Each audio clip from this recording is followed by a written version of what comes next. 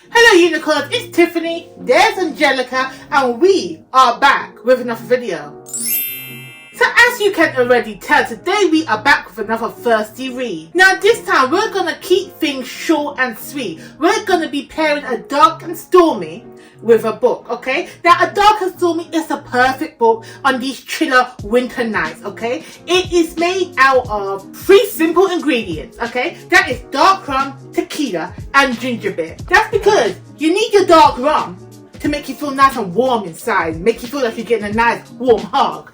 And then you need your ginger beer to add in that little spice, to give you that little kick. But then we add in a bit of tequila. Tequila to make you go, ow! Ow, what's going on? What is this? Rick James, bitch! I don't even know why we add in tequila.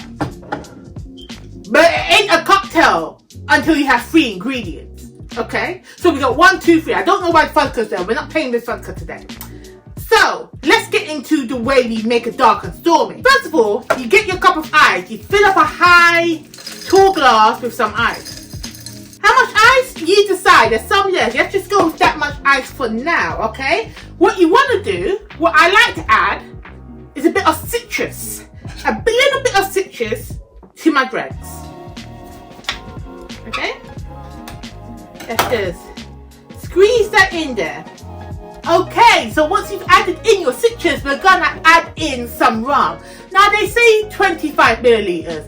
Again, I don't know where I put my measuring, so we're just gonna eyeball it. We're just gonna go with the flow, okay? 25 mil. That looks roughly 25 mil, yeah. Then we wanna add in 25 mil of some tequila, okay? Now tequila has that sharpness to it. You know, I used to be able to take tequila shots back in my younger days, back in my uni day. I was a tequila girly. Now, tequila. Oh, memories. Tequila is memories. It makes me think of them times I would wake up and I'd be like, "What happened last night, girl?" And my friends would be like, "You were somebody else." Okay, we were no longer seeing Tiffany. We were talking to Jessica, who's just coming on up. I can't tell you. But we add 25 milliliters of some tequila. And then you want to top it up with your ginger beer.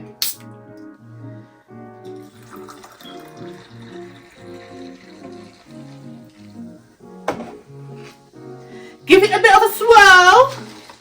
A bit of a swirl. Now, it ain't a cocktail until you have a bit of a garnish. A garnish. Let's have some meat slices. There we go.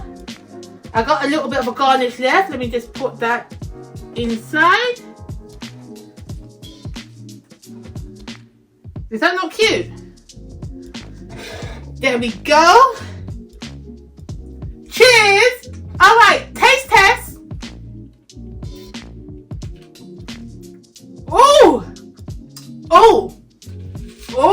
Oh, exactly what you need. Delicious. So now, let me tell you what book we're pairing it with. Now, if you remember the thumbnail, you might already know. Now, if anybody can resemble what a dark and stormy is, it's none other than Demon Montana. Just his name alone brings in the fear, okay? And Damon comes from the book The Demon's Dream by L. Kaysen. Let me tell you something. Demon, aka Damon, he is that dude. He is that dude that touched my woman and died type of vibes. Like, Damon doesn't like people. He is not a people person. When you see him, it's like sensing a dark storm is approaching you. He only uses people because they serve a purpose in his life. And even then, he's just like, no, actually, I technically don't need you. I can do it by myself. That all changes when his dream walks into his life. And I mean Dream because the girl's name, the female main character in this book, is called Dream. And Dream? So Dream is a part of another gangster family and Damon is a part of a separate gangster family. And Dream's family needs to pay back a disservice, a disrespect that has happened to Damon's brother, okay? And in order for her family to make repercussions, his brother says, you know what? let me get your daughter, let me get Jean, let me pair him up with my brother Damon, because Damon is a loner. Damon doesn't like people up in his business, and his older brother wants to see him in a relationship, wants to see his rough surface smoothed out a little bit. Keep in mind, these people are gangsters and kill people on a daily. And you want to soften this man up? No. Let me tell you something. This book, Demon Sheen, is 700 pages long. Never a romance book needs to be 700 pages long like it's some type of epic fantasy. This book deserves every single page. Every single word on this paper was needed.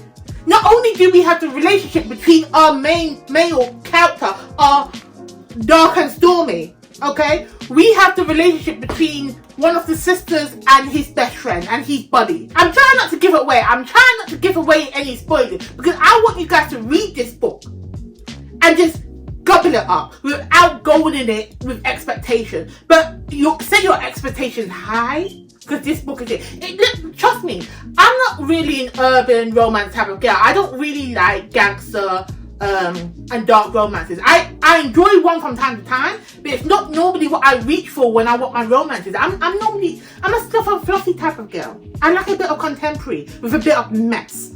Okay? This book got me back into the urban romance. This book got me back into reading urban romance like it was my religion. So back to the cocktail. Let me have a little sip.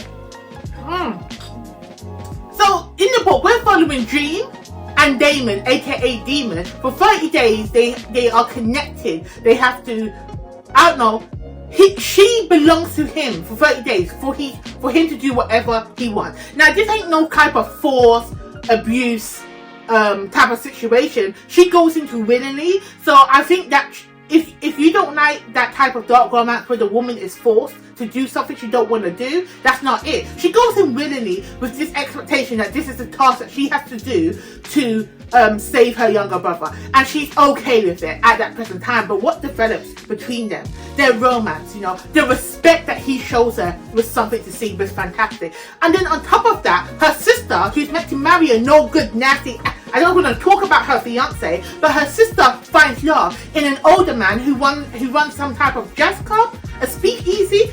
No, I'm getting 1925. It's not that far, but he runs a club, and that relationship between the sister and this older gentleman, ooh, chef's kiss. But he's not the Dark and Stormy. Demon Montana is. Oh, such a good book. So I feel like I got to read it again. I read it at the tail end of last year. I want to give it 12 months. I might have to read it again. It is so good. And the epilogue, I love it when a romance book, any book actually, wraps up the story so well and it jumps in the future to let us see where the characters end up, you know, how their lives played up. The epilogue was fantastic. I know this author has said she's not going to write any more installments in this world about these characters. I know that. But where the epilogue left off, how we see their children, how their children have grew up, you know, the interaction that they have with each other, with all the characters in the book. Oh, I can see a book coming out of the children, of their shenanigans, of what they get up to. I can see it. I'm breathing it. I just want to speak it into existence. So, this is my disclaimer to you. This is my warning, or I don't know, PSA, FYI, I don't know the words. If you have not picked up Demon Sheen yet, if that is not on the top of your TBR list, go do it now. Go pick it up. Go make yourself a Dark and Stormy and go read the book. Okay? It was so worth your time. So that is it today for me and this video. If you want to see me make more cocktails and get a bit of tipsy while I be giving you these book reviews, please remember to like and subscribe to this video because I'll be back with another video soon. See you in the next one.